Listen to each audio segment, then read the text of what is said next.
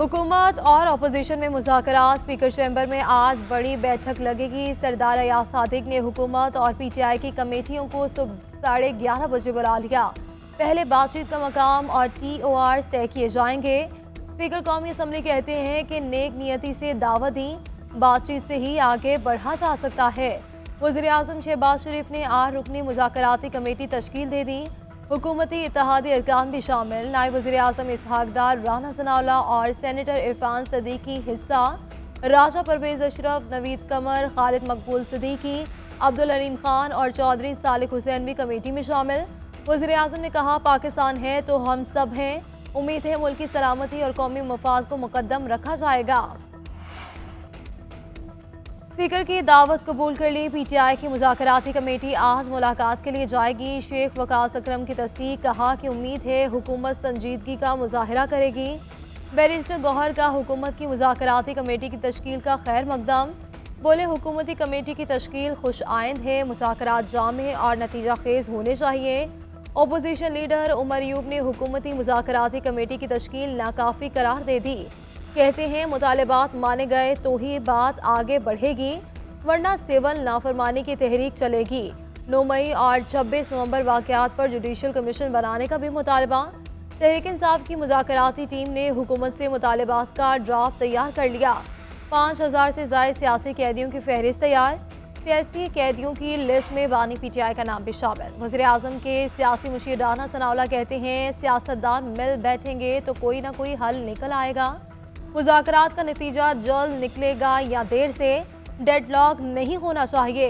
तहरीक इंसाफ का मौक़िफ़ सुनेंगे, अपनी दलील भी पेश करेंगे। कोशिश करेंगे कि ऐसा हल निकालें जो मुल्क व कौम के लिए बेहतर हो। बानी पीटीआई अमेरिका के कंधे पर सवार होकर इक़्तिदार में आना चाहते हैं। यू टर्न लेने वाला कभी कौमी लीडर नहीं हो सकता। ये बेईमान और चोर शख्स है। एक दिन अमेरिका को गाली और दूसरे दिन इसके पीर पकड़ता है। और वज़ीर दिफा ख्वाजा आसिफ का बानी पीटीआई के खिलाफ वाइट पेपर लाने का भी ऐलान। लंदन में न्यूज़ कॉन्फ्रेंस करते हुए कहा कि 9 मई को मनसूबाबंदी के तहत हमले हुए। हसास तनसीबात को निशाना बनाया गया। मामले में फौरी फैसलों की ज़रूरत थी। अदलिया की वजह से ताख़ीर हुई। 2018 में RTS को बिठाकर बानी को इक़्तिदार में लाया गया। इस वक्त general Qamar Javed Bajwa minus Nawaz Sharif project पर काम कर रहे थे। 9 मई नाकाबिले मुआफ़ी जुर्म, मास्टरमाइंड को भी सजा होगी। 9 मई का सानिहा तारीख का स्याह तरीन दिन है। शोहदा की यादगारों को मिसमार किया गया। वज़ीर इत्तलात अता तारड़ की तनकीद, कहते हैं पीटीआई वालों ने मुल्क की सालमियत को नुकसान पहुँचाने की कोशिश की। बैरून मुल्क से पाकिस्तान के खिलाफ ट्रेंड चलाए जा रहे हैं। सियासत की आड़ में मुल्क पर हमला ना करें। पाकिस्तान है तो हम सब हैं। सियासी दहशतगर्दी नहीं चलेगी। वज़ीर-ए-आज़म के मुशीर बैरिस्टर अकील बोले कि बातचीत की आड़ में डील या ढील नहीं मिलेगी।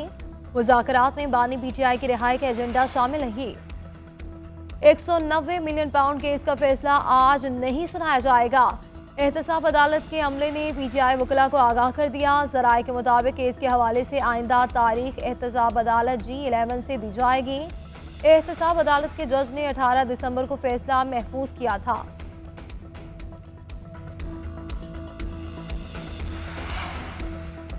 मुल्क से दहशतगर्दी और इंतहा पसंदी खत्म करने का अज़्म। रियासत के खिलाफ मुशरिबाना कार्रवाइयों में मुलव्विस दहशतगर्दों को नहीं छोड़ेंगे। Army chief general Syed Asim Munir का 2 टोक ऐलान। अफसरों और जवानों से खिताब में कहा कि फितना अल-ख्वारिज और सहूलतकारों के खात्मे तक पीछा करेंगे। दहशतगर्दी पर उकसाने और माली मुआवनत करने वालों को भी खत्म करेंगे। शोहदा पाकिस्तान का फ़ख्र हैं। इनकी कुर्बानियाँ कभी फरामोश नहीं की जाएंगी।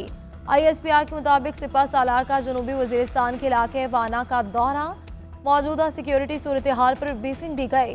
इंसदाद दहशतगर्दी की कार्रवाइयों से भी आगाह किया गया। आर्मी चीफ ने दहशतगर्दी के खिलाफ अफसरों और जवानों के हौसले को सराहा। वज़ीर-ए-आज़म शहबाज शरीफ से वज़ीर दाखिला मोहसिन नकवी की मुलाकात। अमन अमान की मजमूई सूरत हाल पर तफसीली ब्रीफिंग। वज़ीर-ए-आज़म का मुल्क में अमन अमान के लिए किए जाने वाले इक़दामात पर इत्मीनान का इज़हार। मुलाकात में मुल्क की सियासी सूरत हाल पर भी तबादला ख्याल किया गया।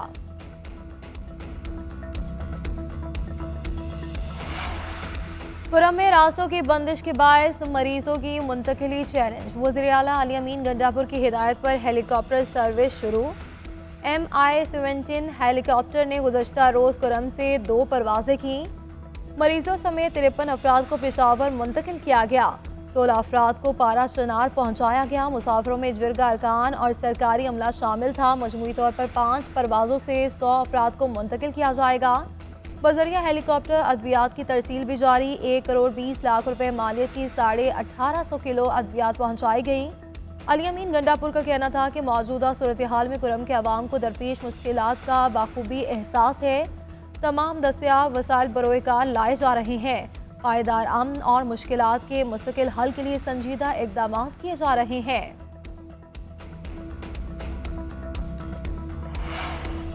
वज़ीर आला पंजाब मरियम नवाज शरीफ का पारा चनार के अवाम से एक और वादा पूरा। अद्वियात और ज़रूरी सामान समेत 41 अशिया की दूसरी खेप पहुँचा दी। मज़ीद 5 ट्रकों की फराहमी के लिए ज़रूरी इक़दाम का हुक्म। मरियम नवाज ने कहा कि पारा चनार के अवाम हमारे अपने हैं, मुसीबत और मुश्किल में तन्हा नहीं छोड़ सकते। ये सियासत नहीं, खिदमत का वक्त है। खुर्रम के अवाम मुश्किल में हैं। दुआ है कि हालात जल्द मामूल पर हों और ज़िंदगी वापस लौट आए। मुल्क भर में सर्दी की शिद्दत बरकरार। पहाड़ी इलाकों में बर्फबारी का सिलसिला जारी। वादी लेह में पारा -13, स्कर्दो -11, गोपस में -9 रिकॉर्ड। गिलगित और दीर में -8, अस्तोर -7, कलात और बगरूट में -6 रिकॉर्ड। कोयटा, ज़ियारत और चित्राल में दर्जा हरारत -5 तक गिर गया। लाहौर शहर और मज़ाफ़ात में हल्की बारिश। बुरेबाला और गिरदोनवाह में भी बादल बरस पड़े। सर्दी में इजाफा। मुल्क भर में सर्दी की शिद्दत बरकरार। पहाड़ी इलाकों में बर्फबारी का सिलसिला जारी। वादी लेह में पारा -13, स्कर्दो -11, गोपस में -9 रिकॉर्ड। गिलगित और दीर में -8, अस्तोर -7, कलात और बगरूट में -6 रिकॉर्ड। कोयटा, ज़ियारत और चित्राल में दर्जा हरारत -5 तक गिर गया। लाहौर शहर और मज़ाफ़ात में हल्की बारिश। बुरेबाला और गिरदोनवाह में भी बादल बरस पड़े। सर्दी में इजाफा।